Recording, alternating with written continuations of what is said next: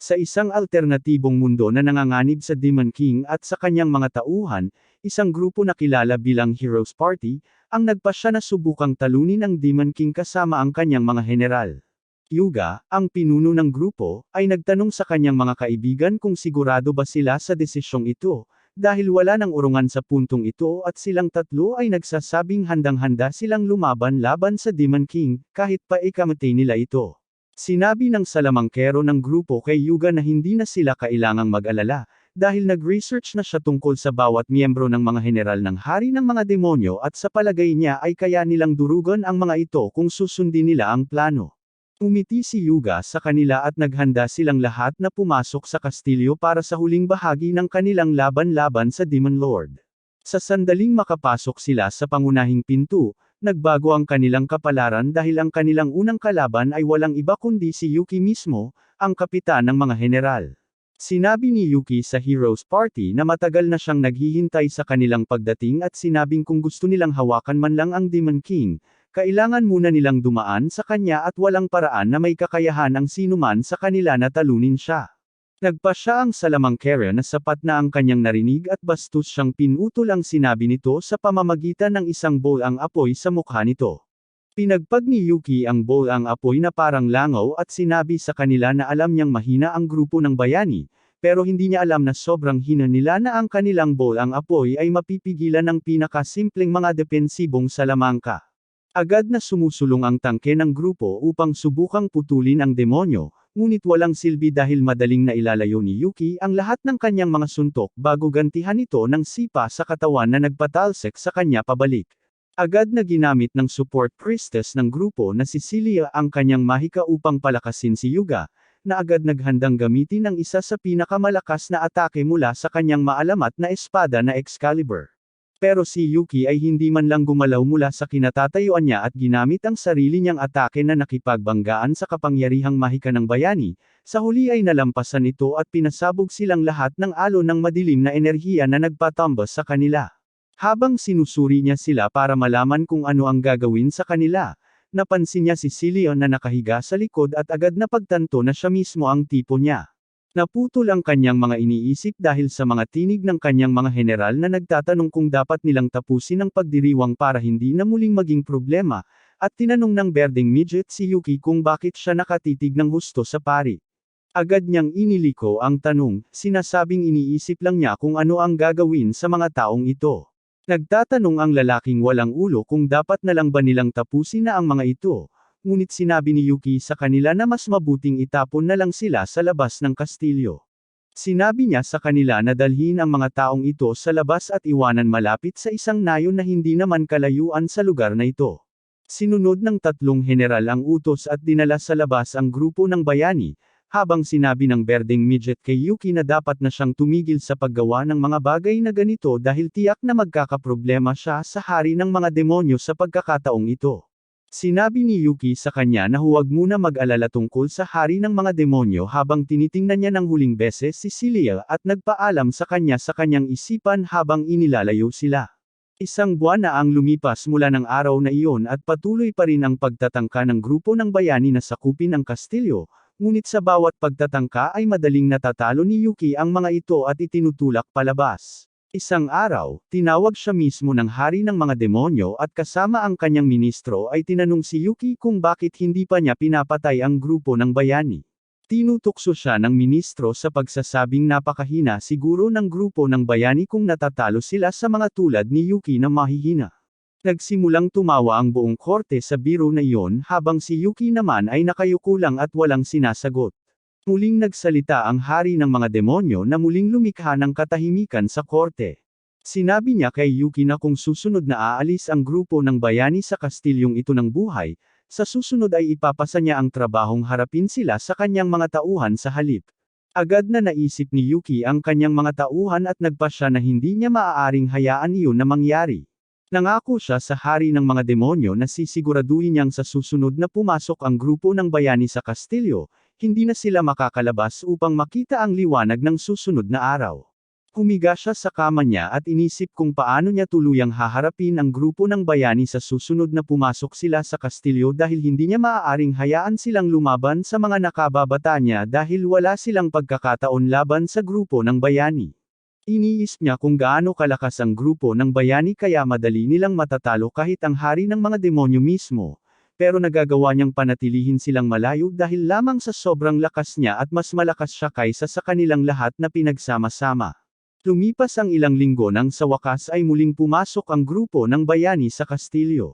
Sa pagkakataong ito, nagpasya si Yuki na tatapusin niya ang mga ito ng tuluyan. Sinabi niya sa pinuno ng partido na dapat siyang matuto sa kanyang mga pagkakamali at hindi patuloy na mang-istorbo sa kanya tuwing ilang linggo nang walang dahilan kundi para lang mapahiya sila. Agad na tumalon si Yuga sa unahan kasama ang tangke na may pulang buhok na nagngangalang Raven at mabilis nilang pinalibutan si Yuki para sa dobleng atake mula sa dalawang magkaibang direksyon. Pero masyadong mabilis si Yuki para sa kanila at nagawa niyang mahulaan at harangan ito bago siya sumalakay pabalik gamit ang sarili niyang Purple Magic Blast na nagtulak pabalik sa dalawang lalaki. Akala ng mga lalaki tapos na si Yuki, pero ikinagulat nila. Hindi na nagbigay ng oras si Yuki para makapag-adjust sila at nagpalabas ulit ng ikalawang Magic Blast sa kanila, tinamaan sila ng diretso at itinapon sila sa pader. Agad na tumakbo si Celia patungo sa dalawa upang gamutin sila at tiyakin na maayos sila, habang naiwan si Mika upang pigilan si Yuki at bigyan ng oras si Celia na gamutin sina Yugo at Raven. Agad na pinaputukan ni Mika ng R15 na nagawang harangin ni Yuki, ngunit kasabay nito, naghagis din siya ng kulot na bowl ang pagsabog ng apoy na may naantalang pagsabog na ikinagulat ni Yuki at sumabog mismo sa mukha niya. Hindi naman talaga mahalaga iyon dahil sa kanyang napakalakas na stats, hindi siya apektado nito. Nagtataka si Mika kung paanong ang isang general lang ay maaaring maging ganito kalakas, ngunit nagtagumpay ang kanyang lansihin dahil binigyan ito si Celia ng sapat na oras upang pagalingin ang dalawang lalaki hanggang sa kayanan nilang muling ipagtanggol ang kanilang sarili. Tumatawa si Yuki sa kanila, sinasabing walang magbabago kahit gaano pa nila siya kalabanan. Walang gana si Yuga makipag-usap habang binubunot ang kanyang espada at naghahanda para sa huling paghihiganti. Nagsimulang kumikinang ang kanyang espada habang kinokolekta niya ang lahat ng enerhiya sa kanyang talem at tumatakbo patungo kay Yuki upang tapusin siya sa pamamagitan ng isang huling paghampas. Ngunit kapag nawala na ang usok, muli niyang narinig ang boses ni Yuki, na nagtatanong kung naniniwala na siya ngayon na hindi nila siya matatalo gaano man karaming beses pa nilang subukan. Umatras si Yugo, handa sa kontra-atake, at sinabi kay Yuki na wala talaga silang pagpipilian at kailangang talunin ang hari ng demonyo sa anumang paraan. Sa kanilang pagtataka, inalok ni Yuki na padaanin sila at makarating sa hari ng demonyo kung iiwan nila si Celia pansamantala. Tutol si Yugo sa alok na ito dahil hindi niya kayang iwan ang isa sa kanyang mga kasama, ngunit pinaintindi ni Mika sa kanila na ang buhay ng isang pari ay katumbas ng milyon-milyong tao. Hindi pa rin sigurado si Yugo pero nagsalita si Celia mula sa likod at sinabi sa mga kasama niya sa partido na iwanan siya at magpatuloy na. Sa pagtatapos nito, nangako ang bayani na babalikan siya sa sandaling matapos na sila sa Demon King at dumaan sa pintuan patungo sa susunod na silid. Pabalik sa kuweba, nagsimulang makaramdam ng pagka-awkward si Yuki na mag-isa kasama si Celia at tinanong kung kumusta na ito. Kinakabahan pa rin si Celia at sinabi kay Yuki na kahit alam niyang wala siyang pagkakataon laban sa kanya, lalaban pa rin siya hanggang sa huling hantungan. Sa sinabing iyon, agad siyang nagpalabas ng Magic Blast sa kanya, na hinaranggan ni Yuki at agad sinabihan siyang kumalma dahil wala siyang balak na saktan kahit isang hibla ng buhok sa katawan niya. Nalilito siya rito at tinanong niya kung bakit talaga siya pinatigil sa likod noon. Pagkatapos ay nilakasan ni Yuki ang kanyang loob at sa wakas ay inamin na nahulog na siya sa kanya mula pa noong unang makita niya ito sa kastilyo at gustong-gustong makipag-date sa kanya. Ito ang huling bagay na inaasahan ni Celia at labis siyang nagulat at hindi alam kung ano ang sasabihin. Humihingi lang siya ng paumanhin sa kanya at nakuha na ni Yuki ang pahiwatig. Nagsimula siyang magmukmak sa lupa, sinasabing wala na siyang dahilan para mabuhay sa mundong ito. Habang hindi pa rin sigurado si Celia sa buong sitwasyon at nagtataka kung isa lang itong panlilin lang ni Yuki para mapababa ang kanyang bantay. Sinasabi niya na ang mga demonyo ay dapat walang puso kaya hindi siya dapat makaramdam ng anumang pagsisisi. Ngunit sumagot si Yuki na hindi naman talaga siya demonyo, at tao siya sa sarili niyang mundo, ngunit muling isinilang sa mundong ito bilang demonyo sa ilalim ng utos ng Demon Lord. Sinabi niya sa kanya na ang dahilan kung bakit hindi siya matalo ng kanyang grupo ay dahil siya ay sobrang lakas at mas malakas kaysa sa sinuman sa mundong ito. Sinasabi niya na hindi man lang siya pinapayagang lumabas maliban kung at hanggang sa umatake siya sa isang nayon ng tao, na kinamumuhian niya dahil tao pa rin siya sa kaibuturan. Tinanong ni Silio kung sobrang lakas niya, bakit hindi niya pinatay ang hari ng mga demonyo at ginawa ang gusto niya. Ngunit sumagot si Yuki na kahit kaya niyang patayin ang hari ng mga demonyo anumang oras niya gusto, kung gagawin niya iyon, siya ang itatalaga ng mga demonyo bilang susunod na hari ng mga demonyo na hindi niya gustong gusto. Sa puntong iyon, sumagot si Celia sa pagsasabing dapat niyang kalimutan ang lahat ng bagay na may kinalaman sa demonyo at lumabas sa mundo at muling mamuhay kasama ang mga tao. Biglang nakaramdam ng pag-ibig si Yuki sa kanyang puso at nagpasya siyang tanggapin ang alok. Iyon ang araw ng natalo ng partido ng bayani ang hari ng demonyo. Isang malaking pagdiriwang ang naganap sa Royal Capital, kung saan pinarangalan ng hari mismo ang partido ng bayani, at isang malaking parada ang ginanap para sa mga bayaning nagligtas sa bansa mula sa kamay ng Demon King. Pinanood ni Yuki ang lahat ng ito mula sa labas at nagpasya siyang putulin ang sarili niyang sungay para magmukhang mas tao at bumili ng maraming normal na damit bago pumunta sa Adventurers Guild. Nakita niya na walang laman ang buong samahan, tanging isang masungit na receptionist lang ang nakaupo sa likod ng mesa. Masayang tanong niya kung matatanggap siya sa samahan at napabuntong hininga ang lalaking nagngangalang Kramen dahil lahat ay nagkaroon ng bakasyon para sa pagdiriwang ng tagumpay laban sa kadiliman, pero siya ang malas na kailangang pumasok sa trabaho ngayon. Inilagay niya si Yuki bilang isang adventurer at ibinigay sa kanya ang kanyang adventurer's card. Binabalaan siya na huwag itong mawala dahil malaking abala ang muling pag-issue nito.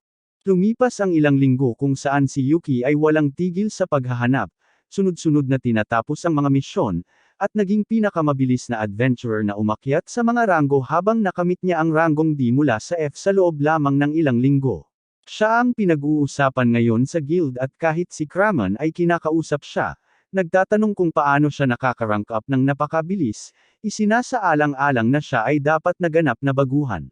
Hindi talaga alam ni Yuki kung ano ang isasagot at basta na lang niya ibinigay sa kanya ang ilan sa mga quest na gusto niyang gawin nang biglang dumating si Celia na parang walang pinanggalingan at sinabihang magkita sila nang sila lang. Dinala niya ito pabalik sa kanyang bahay at sinabing gusto niyang umalis ito sa Adventurers Guild. Ipinaliwanag niya na dahil patay na ang hari ng mga demonyo, sinisikap ng mga bansa na sakupin ang mas maraming kapangyarihan at yaman, at may mga bansa pang ang sinisikap na makuha ang Greenland matapos sa pilitang sakupin ang Venezuela. Ipinaliwanag niya na maraming mahahalagang tao mula sa iba't ibang bansa ang nagtatangkang kumuha ng pinakamalakas na mga adventurer na kanilang makita at sinabing inalok ni Jeff Bezos ang kamay ng kanyang asawa kay Hugo the Hero, sa pag-asang makuha siya bilang tauhan at gamitin para sa kanyang kalamangan sa militar. Sinasabi niya na sa bilis ng pag-akyat niya sa mga ranggo, ilang sandali na lang at may bansang magkakaroon ng interes sa kanya at susubukang kunin siya, at magiging sakuna iyon dahil siya ang katumbas ng tao ng isang napakagandang bomba nuklear. Nangako si Yuki na magpapahinay-hinay muna at sisiguraduhin hindi siya masyadong magpapakitang gilas. Sa sandaling iyon, tinawag sila ng ina ni Celia sa kanyang silid at sinabi kay Yuki na may mga nag-aalok ng kasal para sa kanyang anak, at maging ang bayani mismo ay nagmungkahi ng kasal kay Celia. Ikinagalit ito ni Yuki, na nagsimulang magsalita ng walang tigil tungkol sa mga Chad na parang isang insult, ngunit sinabihan siya ni Celia na tumahimik dahil tinanggihan na niya ang lahat ng kanilang kahilingan. Nang marinig ito, humarap si Yuki sa kanyang ina at sinabing minsan na niya itong tinanggihan kaya magpapatuloy siyang maghanap buhay bilang isang adventurer, at kapag kaya na niyang bilhan ito ng magandang buhay, saka siya muling magpo-propose at titingnan kung magkaiba na ang sagot. Tila nasiyahan ang kanyang ina sa sinabi niya, at iniwan silang dalawa. Nagpasya si Yuki na umalis at sinabi kay Celia na magkikita sila muli sa lalong madaling panahon. Sa pagkasabi nito, bumalik siya sa kanyang paglalakad, sabik na naghihintay sa oras na muli siyang makapag-propose sa kanya. Lumipas ang ilang araw mula noon at nagpasya si Yuki na tanggapin ang bagong pakikipagsapalaran para sa isang chimera na walang dahilan ay inaatake ang mga taga-nayon. Sinabi ni Cremon sa kanya na aabutin siya ng hindi bababa sa 1 linggo para matapos ang paghahanap na ito, kung hindi man mas mahaba, ngunit nang makarating siya sa kailaliman ng gubat at talagang nakaharap ang chimera, napagtanto niya na hindi naman talaga mahirap harapin ang halimaw na ito. Ang kalahating manok, kalahating ahas na bastardo ay ilang beses na sumugod sa kanya, ngunit walang silbi dahil mas mabilis si Yuki kaysa sa kanya at patuloy itong pinapagod bago tuluyang ginamit ang kanyang Thunderbolt attack para tapusin ito, minsan at para sa lahat. Sa gayon, kinolekta niya ang lahat ng balahibo ng halimaw bilang patunay ng pagkumpleto ng pakikipagsapalaran, napagtanto na halos kalahating araw lang ang ginugol niya sa pagharap sa halimaw na ito, na nangangahulugang mas mabilis pa siyang makakapag-level up kaysa sa inaasahan niya. Bago pa man siya makapag-impake para sa araw, nakaramdam siya ng presensya sa paligid niya nang biglang lumabas ang isang kabalyero mula sa mga palumpong at sinubukang saksakin siya sa lalamunan, ngunit madaling nakaiwas si Yuki. Bigla niyang napansin ang isang taong ibon na lumilipad sa itaas niya at sinusubukang kalmutin ang kanyang mga mata, ngunit ginamit ni Yuki ang kanyang mahika upang lumikha ng harang at itaboy ito pabalik. Bago pa man siya magkaroon ng oras para makabawi sa kanyang sarili at malaman kung sino ang umaatake sa kanya, inatake siya ng isang diwata ng mga elf na agad niyang nakilala bilang si Sheik, ang kanyang tauhan. Tinawag niya ito, sinasabing siya ito ngunit may ibang itsura, at huminto si Sheik sa huling sandali, nagulat nang marinig ang sarili niyang pangalan. 1 segundo lang ang kailangan niya para mapagtanto na ang kanilang kapitan iyon at lumabas din ang iba mula sa kanilang pinagtataguan na naguguluhan. Sinasabi ni Sheik na akala niya ay isa siya sa mga makulit na adventurer na naglalaban para patayin ang mga demonyo kaya siya inatake. Parehong nagulat sina Harpy at Duke nang makita nilang buhay pa ang kanilang kapitan dahil akala nila ay namatay na ito kasama ng Demon King nang bumagsak ang imperyo. Sinasabi ni Yuki na talagang masaya siyang makita na maayos ang lahat, pero agad siyang sinugod ni Duke, tinatanong kung saan siya nagpunta pagkatapos silang lahat iwanan nang bumagsak ang hari ng mga demonyo.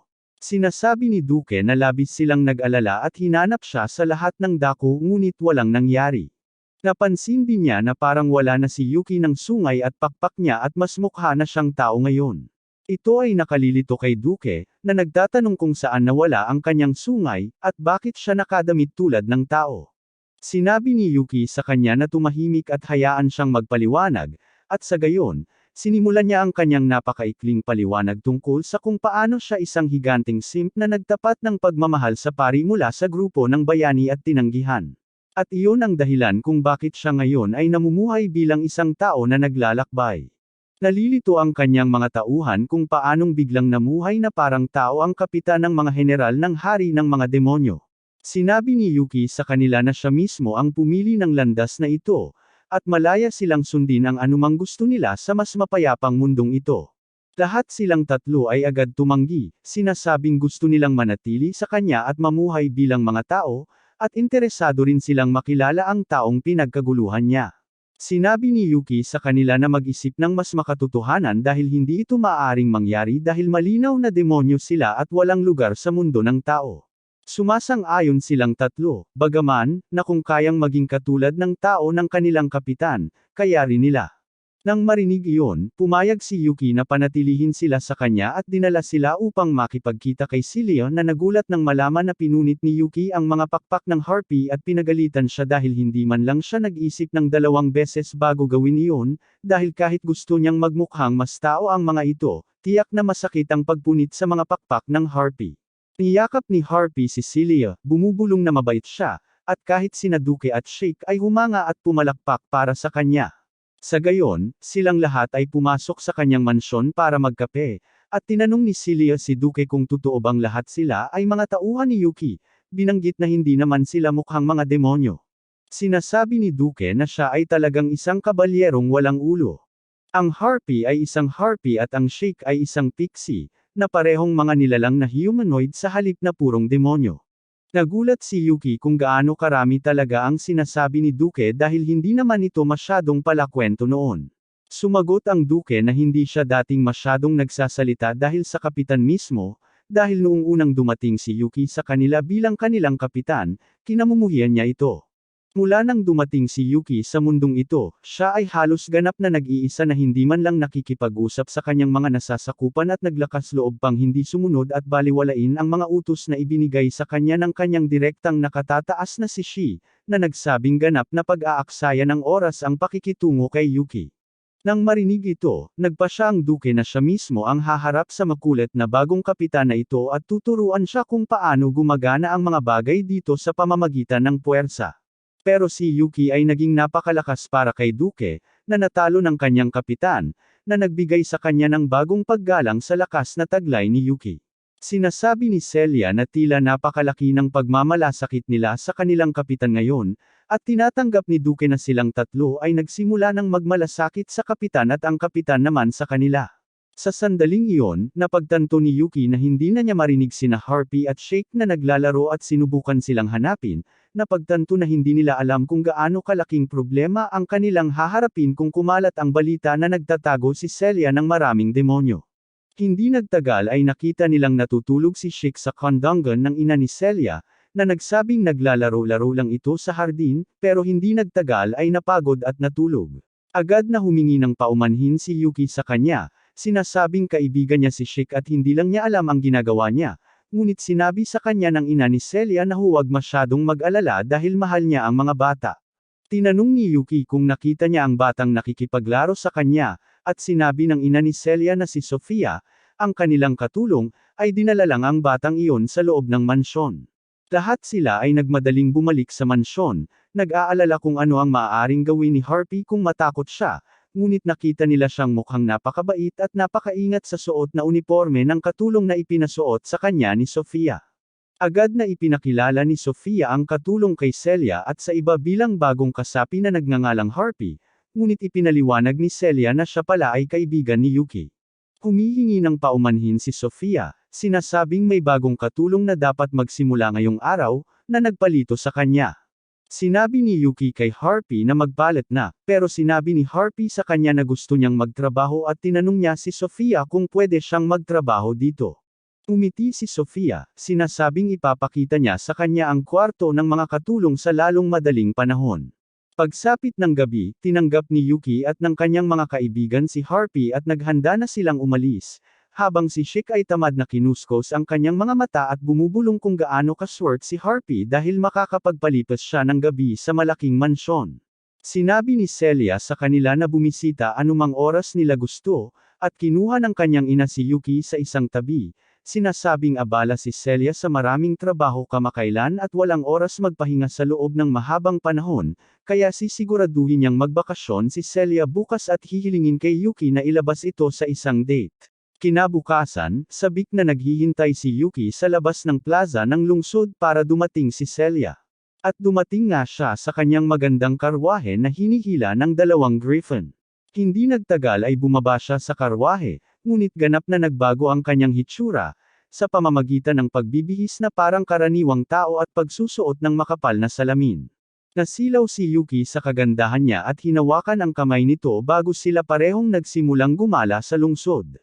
Mukhang interesado si Celia sa lahat ng maliliit na bagay na nakikita niya sa paligid, at huminto sa isang tindahan ng cake na nagmamakaawa kay Yuki na mag-tsezay mamaya sa lugar na ito.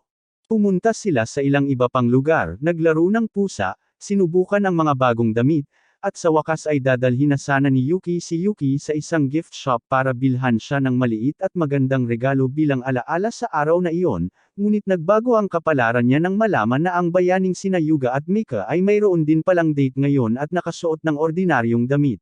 Agad na tumakbo si Yuga kay Celia at nagsimulang makipag-usap sa kanya, ganap na binabalewala si Yuki na nakatayo lang doon. Sinabi ni Yuga kay Celia na sumali sa kanila, na hindi nagustuhan ni Yuki. Sa kabutihang palad, sumagot si Celia na kasama rin siya sa araw na iyon sa isang kaibigan. At doon napagtanto ni Yuga na naroon din si Yuki. Wala pa rin siyang pakialam, at sumagot na pwede rin siyang sumama kung gusto niya, at kasabay niya na pumasok siya sa gift shop kasama si Celia, iniwan sina Mika at Yuki. Mukhang galit na galit din si Mika gaya ni Yuki, dahil sinasabi niyang sana raw ay mahalin ni Celia ang isang karaniwang tao na katulad niya. Ito ang nagpasaya ng kaunti kay Yuki, ngunit agad niyang natanto na sinabi ito ni Mika bilang insulto kay Celia at wala nang iba pa. Napagtanto niya na tila napakasamang tao si Mika. Samantala, nasa loob pa rin ang bayani ng tindahan ng regalo at nakikipag-usap kay Celia. Naisip ni Yuki ang katotohanang minsan nang tinanggihan ni Celia ang alok ng kasal ng bayani. Sino mang matino ang pag-iisip ay tatalikod at iiwan ang dalaga. Pero tila medyo walang kahihiyan ang bayaning ito, pero nagpasya si Yuki na hindi rin siya basta-basta susuko. Pumasok siya sa loob ng tindahan at pumili ng kwintas para kay Celia, tinanong kung gusto niya ito. Namumula si Celia at sumagot na sa tingin niya ay talagang maganda ito. Sa sandaling iyon, tumalon si Yuga sa gitna na may malaking emerald tiara, nagyayabang na ito ang pinakamahal na bagay sa buong tindahan, at tinanggal ang sombrero ni Celia para isuot ito. Nahulog sa lupa ang salamin ni Celia at agad siyang nakilala ng karamihan bilang si Celia the Priestess, at ang iba naman ay tiyak na sina Mikuna at Yuga. Tubos na nakapalibot sa kanila ang karamihan habang naiwan si Yuki dahil siya ay walang kabuluhan. Mabilis siyang tumakbo kasunod ng karamihan, sinusubukang hanapin si Celia, ngunit sa halip ay nakabangga niya ang matangkad na mandirigmang may pangalang Raven, na napapaligiran din ng maraming babae. Nagpasya si Yuki na tulungan ang mahirap na lalaki at inabala ang mga babae bago niya hinawakan ang kamay nito at tumakbo kasama siya sa isang eskinita. Mabilis siyang nagpasyang umalis, pero pinigilan siya ni Raven. Nagulat si Yuki sa kung gaano kababe ang boses ni Raven, pero wala siyang oras para sa lahat ng ito. Gayunpaman, tinanong ni Raven kung gusto niyang maging kaibigan niya dahil pinagtatawanan ng lahat ang boses niya. Sumasang-ayon si Yuki, at sa gayon ay muli niyang ipinagpatuloy ang paghahanap kay Celia. Hindi nagtagal, nakita niya siya sa kanyang pagbabalat kayo malapit sa isang batang lalaki na nawala ng ina sa karamihan. Nagpasya si Yuki na tumulong at magkasama silang nagsimulang hanapin ang ina ng bata. Sinabi ni Yuki kay Celia na umuwi na siya, pero tumanggi ito at nagpatuloy ang paghahanap. Kinabukasan, nang pumunta si Yuki para makipagkita kay Celia, sinalubong siya ng ina nito at sinabing nag-collapse si Celia kaninang umaga dahil sa pagod mula sa kaguluhan kahapon kasama ang publiko. Humihingi siya ng paumanhin dahil hindi niya kayang alagaan siya, ngunit sinabi ng kanyang ina na huwag siyang mag-alala dahil malinaw na kasalanan ng bayani ang lahat ng ginawa nito. Bukod pa rito, bigla rin siyang pumasok sa bahay nila at iginiit na siya ang mag-aalaga kay Celia, kaya naman pinalayas siya ni Sofia. Sa kanyang pagtataka, pinayagan siya ng ina nito na makita si Celia, at pumasok siya sa kwarto nito upang hanapan ito ng kama. Doon nila pinag-usapan kung gaano kabaliw kahapon, at pagkatapos ay hiniling ni Celia sa kanya na muli siyang ilabas sa susunod na araw na libre siya. Dahil dito, sobrang nasabik si Yuki at nagsimulang kumilos ng hindi naaayon, na nagpatawa kay Celia, na nagdulot ng pag-ubo niya, at galit na sinipa ni Sofia si Yuki palabas. Habang pabalik siya sa kanyang bahay, nakasalubong niya si Raven, na humingi sa kanya ng payo. Sinasabi niya na may gusto siyang babae, na palaging mabait sa kanya, pero hindi niya alam kung paano sasabihin sa kanya na mahal niya ito gamit ang kanyang boses. Binigyan siya ni Yuki ng pep talk at pagkatapos ay sinabihang, knock it out of the park. Sa kanyang pagtataka, pinasalamatan siya nito at pagkatapos ay nagsimulang lumakad patungo sa bahay ni Celia. Nang mapagtanto ni Yuki sa takot na gusto niya si Celia, nagsimulang magpanik si Yuki dahil binigyan niya ng motibasyon at kumpiyansa ang kanyang karibal, at gaano man niya subukang kumbansihin ang sarili na hindi madaling tatanggapin ni Celia ang pag-amin ng sinuman. Nagsisimulang maging ligaw ang kanyang mga iniisip. Iniisip niya na balang araw, nawala ng lakas si Celia habang nakikipaglaban sa mga demonyo at pagkatapos ay sinalo siya ni Raven na parang nasa isang K-drama sila. Nagsimulang kainin siya ng kanyang mga alalahanin mula sa loob, ngunit sa sandaling iyon, bumalik si Raven, ganap na talunan. Tinanong siya ni Yuki kung ano ang nangyari at bumulong siya na sa kabila ng kanyang pep talk, nananatili pa rin siyang talunan. Habang naglalakad palayo si Raven na nalulungkot, mas lumalapit si Yuki para malaman kung ano ang sinabi sa kanya ni Celia na labis niyang ikinadismaya. Bumalik siya sa mansyon, pero binabantayan ni Sofia ang pinto at tinanong siya kung may nakalimutan siya. Mahinahong sinabi ni Yuki sa kanya na nagtatanong lang siya kung kumusta na si Celia. Sa kabila ng pagkaalam na kainahinala ang sagot niya dahil kakikita lang niya sa kanya, tumanggi si Sofia na papasukin siya at sinabihan siya na hindi kailangan ni Celia ng bisita sa ngayon. Hindi maaaring bumalik si Yuki na walang dala, kaya nagpasya siyang direktang tanungin si Sofia tungkol kay Raven. Sinabi niya sa kanya na tinawagan ni Raven si Harpy at mahirap paniwalaan ni Yuki na magtatapat siya sa isang demonyo. Hindi niya mapigilan ang kanyang pagkausyoso at nakipag-usap kay Harpy, na abala sa paglilinis ng hardin. Tinanong ni Yuki kung dumating ba ang matangkad na lalaki na may pulang buhok para makita siya at sinagot ni Harpy na oo. Tinanong ni Yuki kung ano ang sinabi niya sa kanya nang ipagtapat nito ang kanyang nararamdaman, at sumagot si Harpy na sinabi lang niya sa kanya na walang paraan na makikipag-date siya rito. Kahit si Yuki ay nakaramdam ng sakit mula sa kanyang matigas na sagot at naiintindihan niya na kung hindi gusto ni Harpy si Raven, walang mangyayari. Sinabi ni Harpy sa kanya na hindi ganoon, ngunit nang hilingin ni Yuki na magbigay ng karagdagang detalye, lumakad siya palayo upang ipagpatuloy ang kanyang trabaho. Nagpasya si Yuki na kausapin siya kinabukasan, at sa gabi, tinawagan niya sina Shik at Duke para mag-usap tungkol sa bagay na iyon. Gusto nilang malaman kung sino ang lalaking tinatawag na Raven at ipinaalala sa kanila ni Yuki ang kabalyerong nasa grupo ng bayani na palaging natatalo sa kanya. Tinanong ni Duke si Yuki kung bakit niya pinayagan ang isang tao na malapit kay Harpy, kahit na sinabi niyang gusto niya ito. Sumagot si Yuki na hindi niya alam na interesado sa kanya si Raven, at sinabi ni Duke na kahit tunay ang intensyon ni Raven, nagdududa siyang papayagan siya ni Harpy na lumapit sa kanya. Pinag-uusapan niya kung paanong ang mga Harpy ay napakaganda at sinisikap silang hulihin ng mga tao para sa kanilang mga balahibo o para sa pagkaalipin. Naaalala niya kung paano niya minsang nailigtas si Harpy mula sa ilang tao, at iyon ang dahilan kung bakit napunta siya sa hukbo ng Demon Lord. Gayunpaman, naniniwala si Shik na hindi galit si Harpy sa mga tao, dahil kung ganoon ang kaso, hindi sana siya nagnais na maging katulong sa mansyon ni Celia. Sumasang-ayon si Yuki sa kanya at sinasabing kahit tama si Duke sa pag-aalala kay Harpy, hindi naman masamang tao si Raven at posibleng naramdaman na ito ni Harpy. Kinabukasan, pumunta si Yuki sa guild para kumuha ng mga quest, ngunit nakita niya na hindi available si Kremen ngayon, kaya wala siyang pagpipilian kundi pumunta sa ibang receptionist. Nakilala niya ito at tinanong kung siya ba ang lalaking laging nakikipag-usap sa Vice Guild Master, at hindi man lang maintindihan ni Yuki kung sino ang tinutukoy nito. Pagkatapos lang niyang ipaliwanag ng malinaw ang mga bagay-bagay, saka lang napagtanto ni Yuki na ang tamad at pagod na lalaki ay ang Vice Guild Master pala. Nalunok niya ang pagkabigla sa isang paraan at pagkatapos ay tinanong niya ang resepsyonista kung nasaan si Kremen.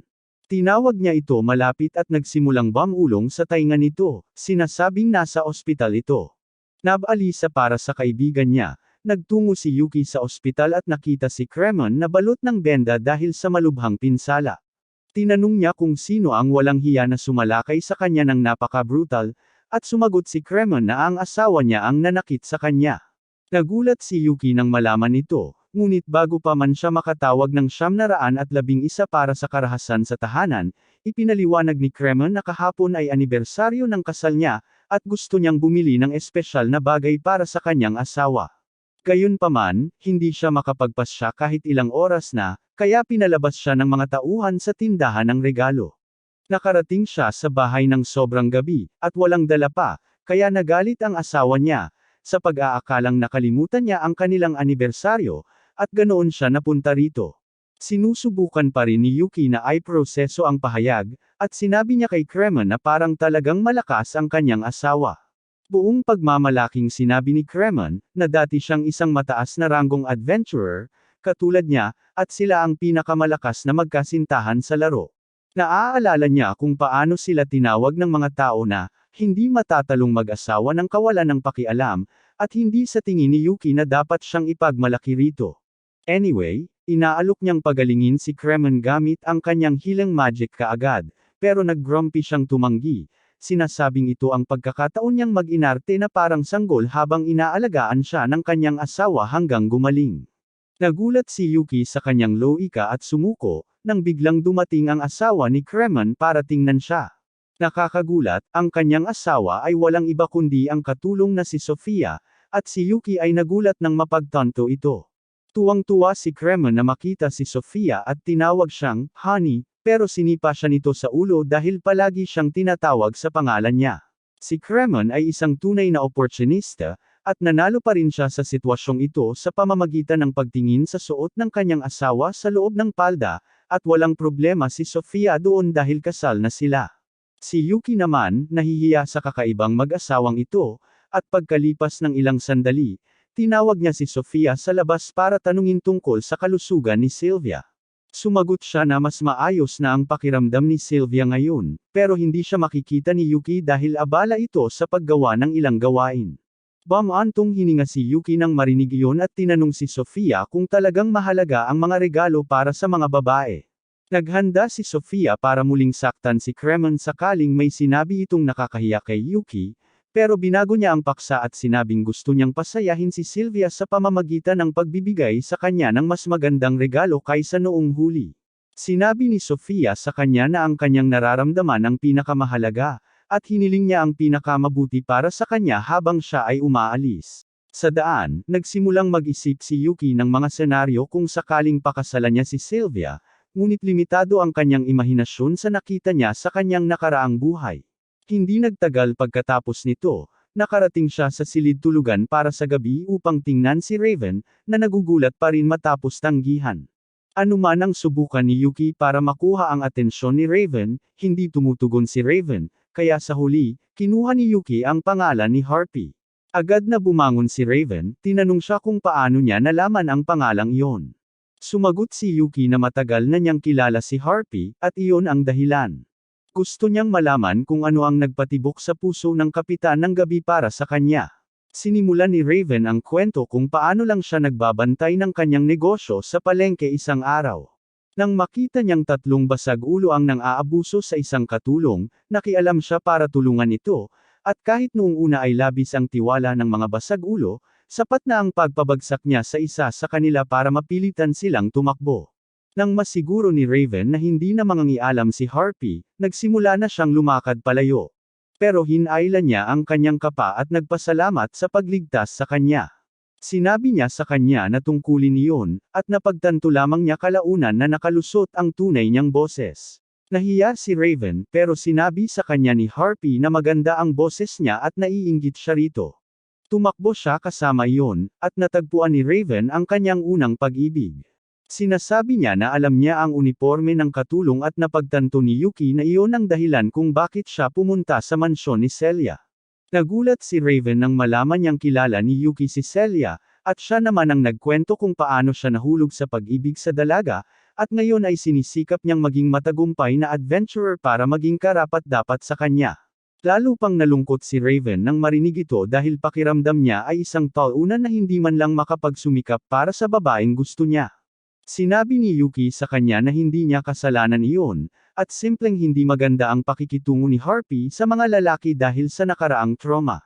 Sinabi ni Yuki kay Raven na masyado pang maaga para sumuko siya, at sinabing kailangan nilang pumasok sa merkado para sa unang hakbang pasulong. Pumunta sila sa isang tindahan na puno ng mga magkasintahan na namimili ng alahas at iba pang bagay para sa isa't isa, at kinabahan si Raven na nasa maling lugar sila. Sinabi ni Yuki sa kanya na mag-relax, at pagkatapos ay nakita niya na ang pendant na gusto niyang bilhin para kay Celia, noong huling beses, ay nandoon pa rin. Binibili niya ito, at pagkatapos ay nakita niyang tinitingnan ni Raven ang ibang mga regalo. Sinuhestyon ni Yuki sa kanya na bilhin ang may kulay rosas na balahibo at hindi sigurado si Raven kung mapapahalagahan ni Harpy ang regalo mula sa isang ganap na estranghero. Ulit-ulit lang ni Yuki ang sinabi ni Sofia sa kanya tungkol sa paglalagay ng puso niya sa regalo, at sinisiguro niya sa kanya na magugustuhan ni Harpy ang disenyo. Akala ni Raven makikita niya si Harpy gamit ang regalo bilang dahilan, kaya naman, tulad ng anumang simp, gumastos siya ng pera para sa isang bagay na hindi niya sigurado kung magugustuhan ng babae. Gumagamit siya ng mga tala para makipag-usap sa tindera, at medyo nagulat si Yuki doon. Sa sandaling iyon, dumating din si Mika doon at sa kabila ng salaming Superman na nagtatago sa kanyang hitsura, nakilala niya si Raven pati na rin si Yuki dahil kasama niya si Celia noong isang araw. Tinanong ni Yuki kung ano ang ginagawa ng dalawang lalaki sa isang tindahan kung saan pumupunta ang mga magkasintahan, at sinabi sa kanila na okay lang maging bakla dahil hindi na ito ang dekada 60.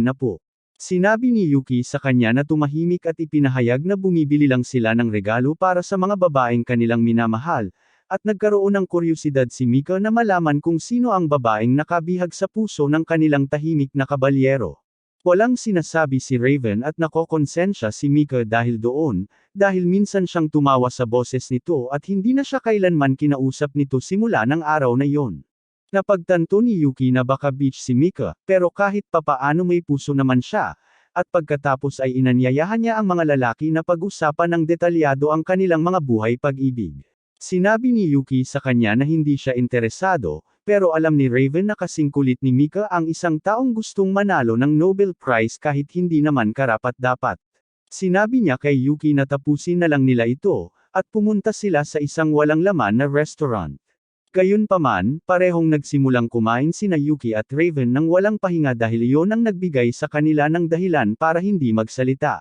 Napagtanto yun ni Mika at sinabi na kung hindi sila makakapag-usap, hindi niya sila mabibigyan ng anumang impormasyon tungkol kay Celia. Hindi nagyoyoga si Yuki, pero agad siyang natamba nang marinig iyon at naghandang makipag-usap. Unang tinanong ni Mika kung gaano nakalayo ang narating niya kay Celia, at sumagot siya na hindi pa sila nagde-date, at marami pa ring nagpo-propose sa kanya. Sabi niya, tinanggihan ni Celia ang lahat ng manliligaw niya, kasama na ang isa mula sa bayani, at naiintindihan ni Mika kung bakit. Sinasabi niya na palaging nakakainis kay Celia si Yuga dahil wala siyang pakiramdam.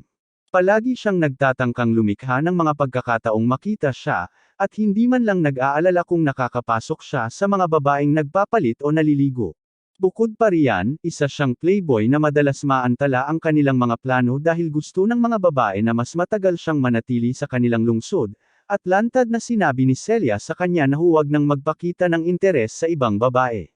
Sinabi ni Mika kay Yuki na para sa kanyang ikabubuti na huwag galitin si Celia, at pagkatapos nito, hiniling niya kay Raven na ikwento ang kanyang buhay. Agad na tumayo si Yuki para ipagtanggol ang kanyang mga kaibigan. Nasaktan naman si Pure Love at Mika sa paraan ng pagtrato sa kanila na parang kontrabida. Kinakabahang sinabi niya na gusto lang niyang tulungan sila at makakuha rin ng tulong kapalit, na nagpagulat kay Raven kung maayos pa ba ang lahat sa pagitan nila ni Yuga. Tiniyak niya sa kanya na mapagkakatiwalaan si Yuki, at nagbanta siyang lulutuin siya ng medium rare kung may sasabihin siya kaninuman tungkol sa sasabihin niya ngayon. Pagkatapos ay nagiging seryoso siya at sinasabing maraming beses silang natalo sa kastilyo ng Demon Lord, at kailangang magkunwaring nagulat si Yuki na parang hindi siya ang nagpabagsak sa kanila sa bawat pagkakataon. Sinabi ni Mika sa kanya na napakalakas ng bantay na nagbabantay sa pasukan, at hindi lang niya sila natalo kundi hinamak pa sila sa pamamagitan ng pag-iwan sa kanila na ganap na gumaling sa kalapit na nayon. Nagbigay sila ng mga dahilan kung bakit hindi pa sila handa sapat para ipagtanggol ang karangalan ng bayani at ng grupo, ngunit matapos silang patuloy na matalo sa loob ng isang buwan at maubusan ng supply ang nayon, nag-alok ang demonyong bantay sa kanila na iwan si Celia at magpatuloy na mauna. Sabi ni Mika, nakumbinsi niya ang lahat na tanggapin ang alok, at kaya naman pakiramdam niya ay galit sa kanya si Yuga. Nararamdaman niya na mapupuot din sa kanya si Yuki dahil sa paglalagay sa panganib ng buhay ni Celia, ngunit pagkatapos ay nagsalita si Raven, sinasabi kay Mika na hindi niya kasalanan iyon, at dapat din sana siyang nagsalita noong panahong iyon. Napagtanto ni Yuki na nagdulot siya ng pagkakabiyak sa grupo ng bayani, at tinanong niya si Mika kung nakipag-usap ito kay Celia tungkol dito. Nahihiya si Mika dahil ang dahilan niya para kumbansihin ang lahat ay ang pagmamahal niya kay Yuga, at pakiramdam niya ay hindi siya mapapatawad ni Celia dahil doon. Bilang tugon, tinanong ni Yuki kung hahayaan niyang manatiling awkward ang kanilang relasyon magpakailanman. Naging malinaw kay Mika ang lahat pagkatapos marinig iyon, at nagpasya siyang humingi ng paumanhin kay Celia. Kapag nakaalis na siya, napupuno rin ng determinasyon si Raven na muling makipag-usap kay Harpy. Pumunta siya sa mansyon kasama si Yuki, ngunit nagkataon na naroon din sina Sheik at Duke para makita si Harpy. Sa sandaling ipakilala ni Yuki si Raven kay Duke, nagiging mapang-abuso ito, nagtatanong kung isa lang siyang desperadong taunan na bumalik para manligaw sa isang babaeng tinanggihan na siya. Sinusubukan ni Yuki na ipagtanggol si Raven at sinasabi rin sa kanya na mahal ni Duke si Harpy, kaya naman labis siyang maingat. Tinanong ni Duke si Raven kung bakit siya narito, At matapos mock-honor, sinabi ni Raven na wala siyang alam tungkol kay Harpy, ngunit gusto pa rin niyang makausap siya ng isang beses pa. Hindi man lang nagmamalasakit si Duque na para siyang si Sabrina Carpenter, at sinasabi sa kanya na dapat siyang magsalita na parang paprotektahan niya si Harpy at pasasayahin, dahil iyon ang dialog na nakakapanalo sa mga tagapagbantay ng babae. Gayunpaman, tumangging manggopya si Raven at humanga si Duque kay Loki. Itinutulak niya ito patungo kay Harpy, sinasabing sabihin ang gusto niya sa kanya. Pumunta si Raven sa isang tahimik na lugar kasama si Harpy at inabot sa kanya ang regalo, kinakabahang nagtatanong kung maaari silang maging magkaibigan kahit man lang. Masaya si Harpy nang makatanggap ng regalo, at nagpasya siyang payagan si Raven na maging kaibigan niya. Kahit wala siyang intensyon na higit pa roon, lumipas ang ilang araw at medyo nalulungkot si Yuki dahil mahigit isang linggo na ang nakalipas mula nang huli niyang makita si Celia, na nagpahina sa kanya. Tumakbo si Shake papunta sa kanya at nagsimulang tumalon sa paligid ng silid. Nagmamakaawang pumunta siya sa mansyon ni Celia para makapaglaro sa hardin kasama si Harpy. Pero wala talaga sa mood si Yuki, at sinabi niya sa lalaki na magkikita na lang sila sa ibang pagkakataon dahil sa ngayon gusto lang niyang matulog hanggang sa muli niyang makita ang dalaga. Naisip niya kung paano wala siyang ideya kung gaano kabisi ang grupo ng bayani karamihan sa mga araw. Si Celia ay halos hindi kailanman nasa bahay dahil naglalakbay siya mula isang lungsod patungo sa isa pa, nagpapagaling sa mga taong walang pag-asa at walang ibang manggagamot ang makagawa ng anuman para sa kanila. Si Raven ang kapitan ng mga gwardya, kaya palagi siyang kailangang makitungo sa mga bagong recruit, at tiyakin na lahat sila ay maayos. Si Mika ang palasyong salamangkero, na humaharap sa anumang problema na kinakaharap ng korte ng hari, habang si Yuga naman ay halos brand ambassador ng kaharian dahil siya ang humahawak sa karamihan ng diplomasya at nag-aalaga sa mga mataas na antas ng halimaw na hindi kayang harapin ng mga mababang antas na manlalakbay. Iniisip niya kung paanong kumpara sa kanila ay isa lang siyang basura at nagtataka kung may magagawa ba siya para mapagaan ang kanilang buhay. Nabasag ang kanyang mga iniisip nang tumalon si Shake sa kanyang dibdib at nagsimulang magreklamo kung paano sana siya sumama kay Duque, pero sinuri siya ni Raven para sa mga kabalyero at inalok ng posisyon na tinanggap ni Duque, kaya ngayon siya at si Yuki na lang ang walang trabaho. Bago pa makahanap ng dahilan si Yuki para iwasan siya, kumatok si Harpy sa pinto at pumasok sa kwarto. Agad na nag-excite si Shake sa pag-iisip na sa wakas ay makakalabas na siya sa nakakalungkot na silid na ito at makakakuha ng kaunting sikat ng araw, nang sabihin ni Harpy kay Yuki na sinugo siya ni Celia na may mensahe, sinasabing malaya siya sa hapon at gustong-gustong makipagkita sa kanya. Tuwang-tuwa si Yuki pagkarinig nito at agad-agad bumangon, iniisip kung paano niya sa wakas maibibigay sa kanya ang kwintas na binili niya sa gift shop. Nagpasya si Shake na bumalik sa mansyon kasama si Harpy, iniwan si Yuki na nag-iisa. Nagpasya si Yuki na lumabas para magpahangin at marahil ay makahawak ng damo. Habang naglalakad sa mga kalye, nagtataka siya kung ano ang dapat niyang gawin para palipasin ang oras hanggang hapon. Biglang may isang matandang babae na tumawag sa kanya at sinabing dapat niyang ipacheck ang kanyang kinabukasan, dahil nakikita niyang malas siya ngayon at magkakaroon ng masamang araw. Walang makakapagpabagsak sa mood ni Yuki ngayon at binabaliwala niya ang matandang babae, sinasabing makikilala niya ngayon ang babaeng pinapangarap niya. Walang anumang maaaring magkamali ngayon. Nagpasya siyang bumili ng ilang cupcake mula sa panaderia bilang regalo kay Celia, ngunit naguluhan siya nang makita ang isang malaking lalaking nagtatrabaho sa gym na nakasuot ng pink na apron, sinisira ang lahat ng pamantayang pangkasarian, at nagbebenta ng mga cupcake. Lumapit siya sa lalaki, nagtatanong kung nasaan ang babaeng karaniwang nagbibenta ng cake, at ang lalaki ay kapatid pala nito. Sinasabing abala ang babae sa araw na iyon at siya na lang ang bahala sa kanya.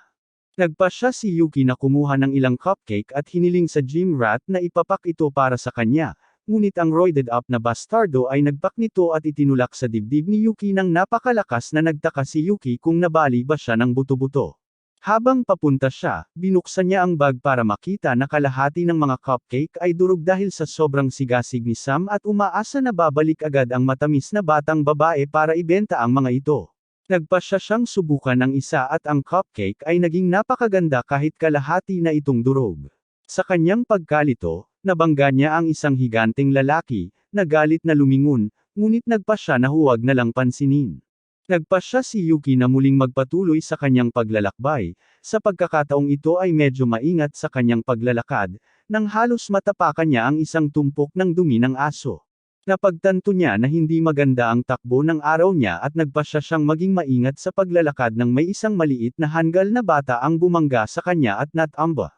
Nakuha ni Yuki na mapigil ang pagbagsak niya sa pamamagitan ng paghuli sa kanya, ngunit ang tusok-tusok na karne na hawak ng batang lalaki ay nahulog sa lupa at nagsimulang umiyak ang tanga.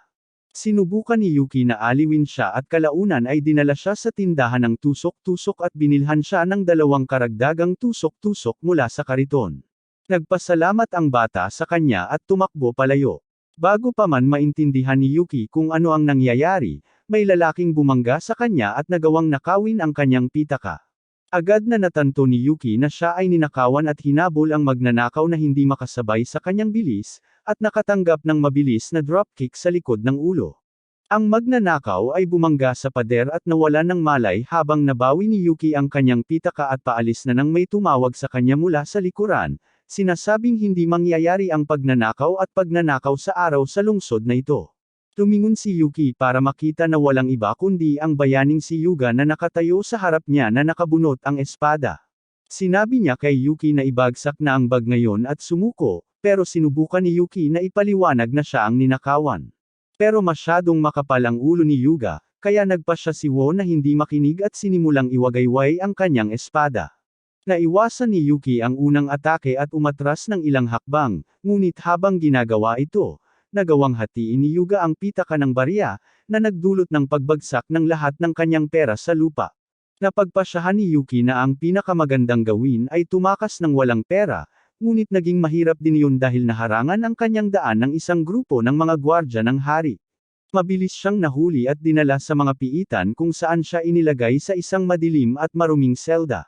Napabuntong hininga si Yuki sa pagkadismaya nang mapagtanto niyang totoo ang sinabi ng matandang babae at sumpa ang buong araw na ito. Bago pa man siya lalong malungkot, narinig niya ang isang pamilyar na boses, habang naglalakad si Duke patungo sa kanyang selda at nagtanong kung ano ang ginawa niya para mapunta rito. Nakalimutan ni Yuki na nagtatrabaho na ngayon bilang Royal Guard si Duke, habang tinanong ni Duke si Yuki kung binugbog niya ang isang inosenteng tao dahil lang hindi siya binibigyan ng oras ni Celia. Sinabi ni Yuki sa kanya na wala naman siyang ginawa, sa katunayan, siya pa nga ang ninakawan, pero ang tanggang bayani ay gumamit ng kalupitan ng pulisya sa kanya at hindi pa siya pinayagang kumuha ng abogado.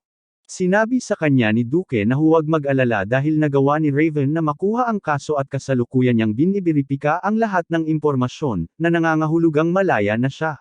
Nakahinga ng maluwag si Yuki nang lumapit sa Duke ang isang gwardyang babaeng elf na nagngangalang Irene at sinabihang bumalik na sila sa pagsasanay. Sinabi ni Duke sa kanya na ibigay muna ang susi dahil malaya nang umalis si Yuki. Agad na ibinigay ni Irene sa kanya ang susi at pinalaya si Yuki habang sinasabi sa kanya na nais din ng bayaning si Yuga na humingi ng paumanhin sa kanyang pagkakamali. Medyo nagulat si Yuki sa sinabi niya, pero sa huli, niliber siya ni Yuga ng malaking handaan kasama si Raven para bumawi sa kanyang pagkakamali. Humihingi siya ng paumanhin sa kanya ng personal, nagmamakaawa para sa kapatawaran habang sinasabihan siyang kumain ng marami hanggat kaya niya. Hindi nagtagal ay umupo sila at talagang nilamon ang pagkain, pagkatapos ay muling sumulat si Raven sa isang piraso ng papel at sinabihan si Yuga na muling humingi ng paumanhin. Sinabi ni Yuga na wala siyang kaalam-alam na magkaibigan sina Yuki at Raven, at inihayag na ito ang kauna-unahang pagkakataon na nakita niyang nawala ng kontrol si Raven. Doon biglang naalala ni Yuga na si Yuki ay ang parehong taong nakabangga niya habang nasa bayan siya kasama si Mika. Agad na tinanong ni Yuki kung ano ang relasyon niya kay Celia at medyo nagulat si Yuki sa tanong at sumagot na magkaibigan lang sila. Agad siyang nagmakaawa sa kanya para sa ilang payo kung paano niya mapapanatili ang mas magandang relasyon kay Celia. Agad na naguluhan si Yuki dahil walang kaalam-alam si Yuga na humihingi siya ng payo mula sa kanyang karibal mismo. Nagpasya si Yuki na kalmehan ang sitwasyon sa pamamagitan ng pagsasabing ilang linggo lang niya nakilala si Celia at dapat na tanungin niya ang sinumang mas nakakakilala sa kanya. Humarap si Yuga kay Raven, ngunit agad niyang isinulat na hindi niya sasagutin ang alinman sa mga tanong na iyon dahil wala rin siyang ideya tungkol dito. Tumingin si Yuga pababa na parang talunan, sinasabing hindi rin niya talaga kayang tanungin si Mika, dahil galit ito kay Celia. Nagtataka pareho sina Raven at Yuki na kakapanayam lang sa kanya.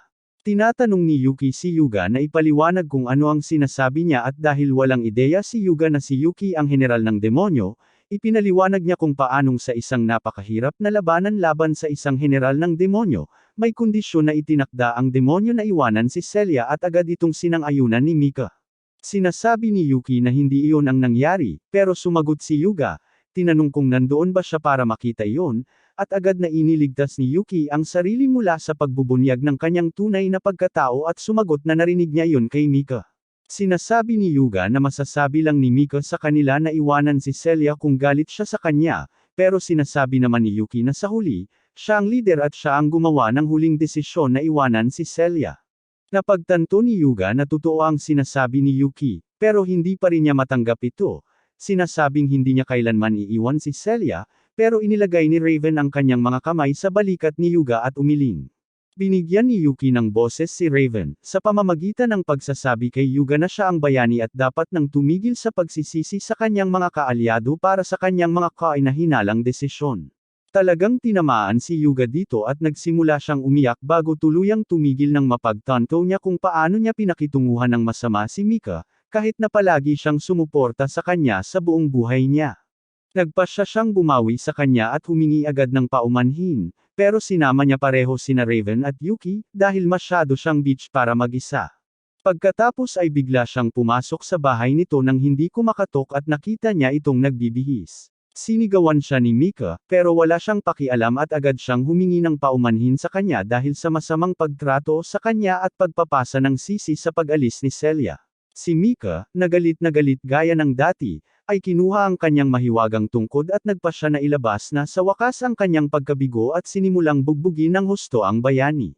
Habang iniwan ni Yuki ang iba kay Raven at umalis patungo sa mansyon ni Celia.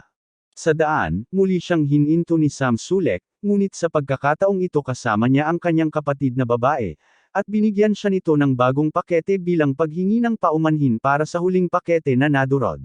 Nagpasalamat siya sa regalo at nagmadaling naglakad, nang bigla siyang napalibutan ng grupo ng mga lalaking nakasuot ng suit.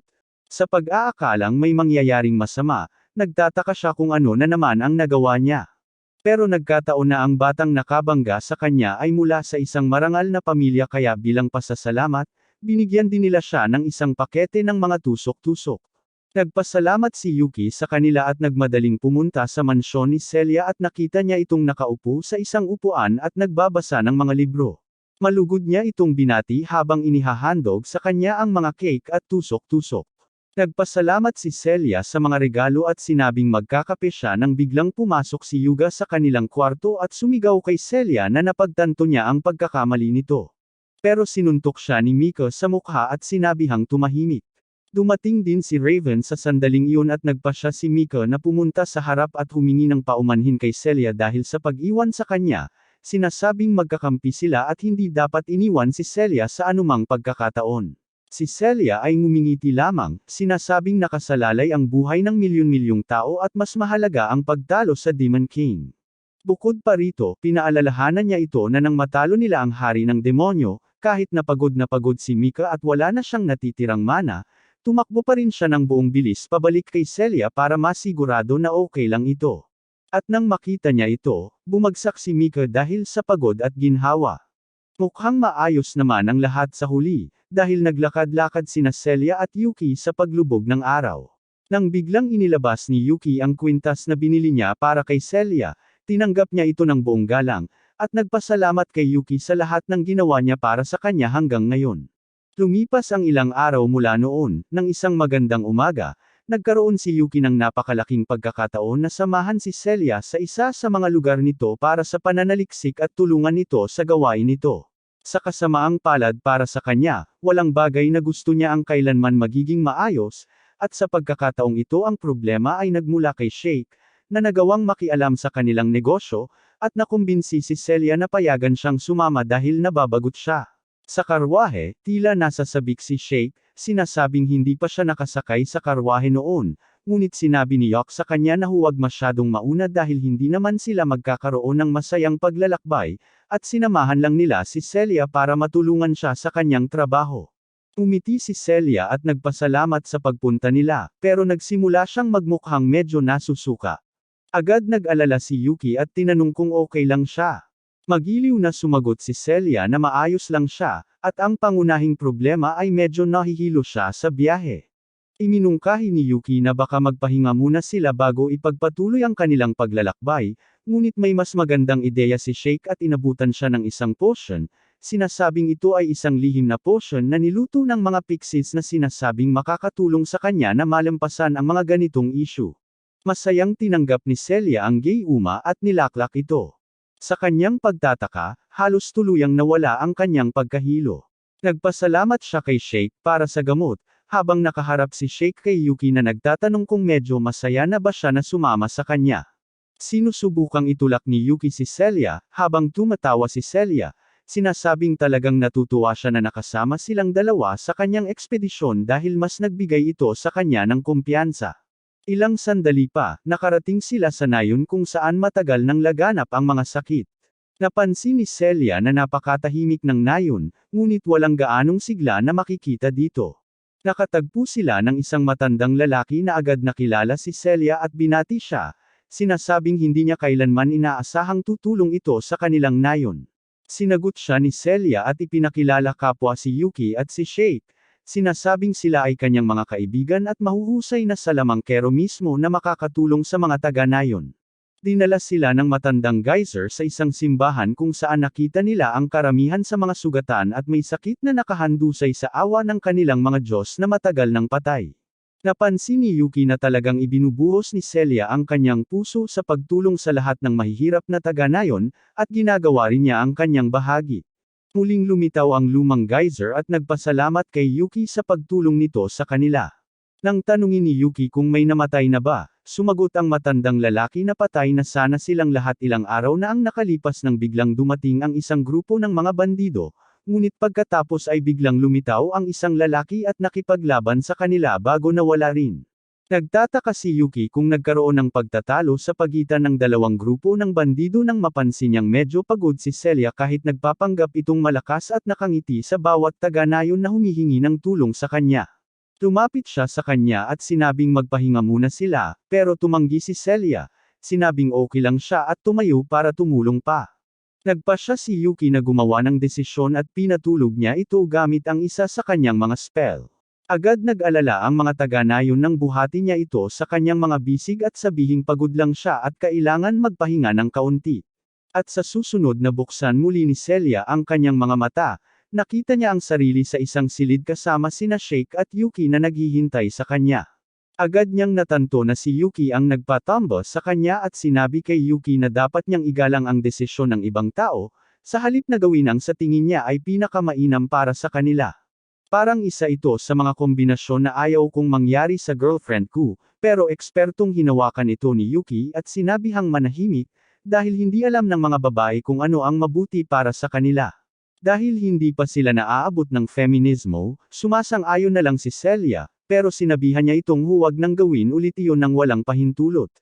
Nangako si Yuki na hindi niya gagawin iyon at ipinahayag na maaari siyang magpahinga ng mapayapa, dahil nagamot na nila ang lahat ng mga taga-nayon.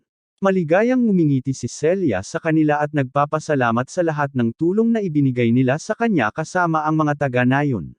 Bago pa man mas ulit ni Yuki ang pagkakataon at humingi ng pahintulot sa kanya na makipag-break, muling sumingit ang matandang geyser. Sa pagkakataong ito ay tinanong si Celia kung maaari niyang tingnan ang isang batang babae na nagngangalang Til na nakatira sa labas ng nayon, at matagal nang may sakit. Tinanong ni Yuki kung nasugatan siya sa mga pagsalakay ng mga bandido, pero umiling ang matandang lalaki, sinasabing wala siya noong mga panahong iyon. Si Celia, dahil sa pagiging mabait niya, ay agad-agad pumayag na samahan siya sa dalaga. Nakarating sila sa bahay ng batang babae bago lumubog ang araw at pumasok dito upang makita ang isang cute na maliit na kubo, na mas malaki pa sa pinagsamang 5 apartment sa New York. Nagpakilala si Celia at tinanong si Til kung okay lang siya. Habang nagsisimula siyang sumagot, inatake siya ng ubo. Agad na sinabi ni Yuki kay Shake na gamitin ang kanyang mga mahiwagang potion, at hindi nagtagal, nagsimula na siyang gumaling. Nagpasalamat si Teal kay Shake para sa Gayuma, sinasabing siya mismo ang ipinadala sa kanya ng Diyos ng tagapagbantay. Nagtatanong si Yuki kung ano ang sinasabi niya, at nagulat, tinanong ni Teal kung hindi ba nila nakita ang estatwa sa labas ng bayan. Nalilito si Yuki, pero nagpatuloy si Teal na isang araw ay dumagsa ang isang grupo ng mga bandido sa nayon. Nakaligtas siya sa pag-atake dahil lang nagpunta siya para magbigay ng handog sa estatwa, at ayon sa kanya, paraan iyon ng kanyang tagapagbantay na Diyos na protektahan siya. Parehong iniisip ni Yuki at Shake na nagkataon lang ito, pero sumagot si Teal na minsan nang pauwi siya sa bahay niya sa dilim, napalibutan siya ng maraming lobo, at tiyak na namatay na sana, pero nagulat sila ng Diyos ng tagapagtanggol sa pamamagitan ng kanyang mahiwagang madilim na kidlat at nailigtas ang kanyang buhay. Ito ang nagpagising sa kuryusidad ni Yuki, at hiniling niya sa dalaga na dalhin sila sa estatwa. Ilang sandali pa ay narating na rin nila ang estatwa na malinaw na hindi sa isang Diyos, kundi sa isang demonyo. Gayunpaman, napaka-defensive ni Teal, sinasabing ang Diyos ng tagapagbantay ay hindi isang demonyo. Agad siyang inatake ng isa pang ubo, at nagpasya si Celia na mas mabuting ibalik siya sa kanyang kubo. Naiwan sina Yuki at Shake para masusing tingnan ang estatwa, at sinabi ni Yuki kung gaano kamukha ng mga gargoyle sa kastilyo ng hari ng mga demonyo ang estatwa. Nang biglang mabuhay ang estatwa at atakihin sila, pareho silang nakaiwas sa atake at nakumpirmang ang estatwa ay talagang isang demonyong nilalang. Agad na kumilos si Shake at sinipa ang demonyo sa mukha, bago ito ikulong sa armbar, naghihintay ng karagdagang utos mula kay Yuki. Hinugot ni Shake ang kanyang kutsilyo, handang patayin ang demonyo, ngunit sinabi ni Yuki sa kanya na maghintay, dahil gusto niyang makipag-usap sa demonyo. Kapag naghiwalay na, tinanong ng demonyo kung hindi ba sila narito para patayin siya, at pinaalalahanan siya ni Yuki na siya ang unang sumirang sa kanila.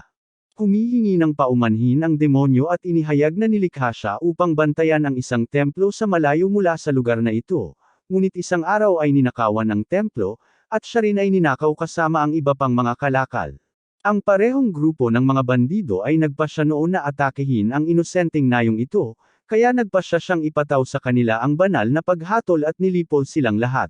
Mula ng araw na iyon, ginawa siyang Diyos ng mga taga-nayon. Matagal nang nangyari iyon, at halos lahat sa nayon ay unti-unting nakalimot sa kanya, maliban na lang sa batang babae na regular na bumibisita sa kanya anuman ang mangyari. Lagi niyang nililinas ang lugar, at sinisiguro niyang walang anumang makakasakit sa kanya sa anumang paraan. Pinigilan pa niya itong bumalik sa nayon ng araw na iyon nang atakihin ng bandido ang nayon. Tila naiintindihan ni Yuki at tinanong kung may masamang balak siya sa mga tao sa nayon. Sinasabi ng demonyo na wala na siyang pakialam sa ibang mga taga-nayon sa puntong ito, ni wala siyang balak na makialam, ngunit sisiguraduhin niyang maprotektahan ang batang babae mula sa anumang pinsala. Nagpasya si Yuki na walang dahilan para alisin ang demonyo noon at nagpatuloy, bago pinadala si Shake sa isang espesyal na gawain. Dahil dito, naiwan siyang mag-isa kasama si Celia sa gabi na may liwanag ng buwan kung saan naglakad sila sa magagandang kagubatan. Sinabi ni Yuki sa kanya na hindi dapat nagdudulot ng anumang problema ang demonyo, kaya dapat na lang nilang hayaan ito at sumang-ayon si Celia doon. Biglang nawala ng masabi si Yuki habang nakatingin kay Celia na maganda sa liwanag ng buwan habang nakangiti. Habang naglalakad, natisod si Celia sa isa sa mga sanga, ngunit naabutan siya ni Yuki sa oras at nailigtas siya mula sa pagbagsak. Ramdam ang tensyon. Pero dahil PG-13 ang palabas, hindi talaga kami makagawa ng marami at makapagpatuloy. Hindi nagtagal ay bumalik silang dalawa sa nayon at sakto lang dahil muling sinalakay ng isang grupo ng mga bandido ang nayon. Nagawa ni Yuki at Celia na makarating sa kuta upang palakasin ang depensa, ngunit sinabi ni Yuki sa inaantok na si Shake na magpatuloy na lang at harapin ang mga bandido kung paano niya gusto.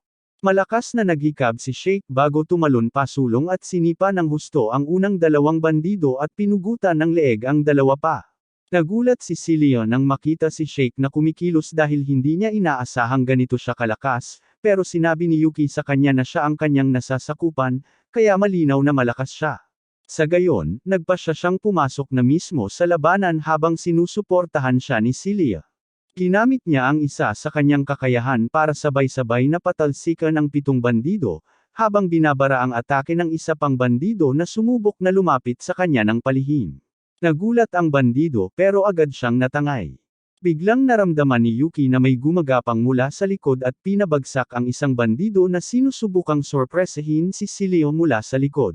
Nagpasalamat siya sa tulong nito nang biglang napansin nila ang maraming usok na nagmumula sa gubat kung saan dapat naroon ang Diyos na tagapangalaga. Inutusan ni Yuki si Shake na maghanap-hanap sa paligid at agad namang umalis si Shake para mag-imbestiga. Isa pang alon ng mga bandido ang lumapit kay Yuki, sinasabing labis silang nagmamalaki, ngunit sinabi ni Yuki sa kanila na hindi na niya kailangang masyadong mag-isip para talunin sila. Ginamit lang niya ang isa sa kanyang mga kakayahan sa mahika ng hangin at binihag sila sa isang buhawi, bago sila tinalian ng lubod.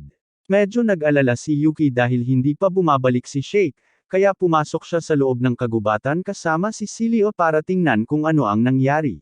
Handa siyang makakita ng nakakakilabot na eksena kung saan umiiyak si Till sa demonyong pinutulan ng pakpak, habang hinawakan ng isang lalaking nakasuot ng pula at itim sa leeg si Shake at sinipa siya palayo.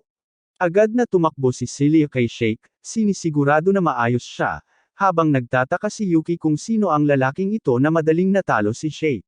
Sinabi ni Sileo kay Yuki na mag-ingat dahil ang lalaking iyon ay nagngangalang Miller, ang bayani ng imperyo ng Goli.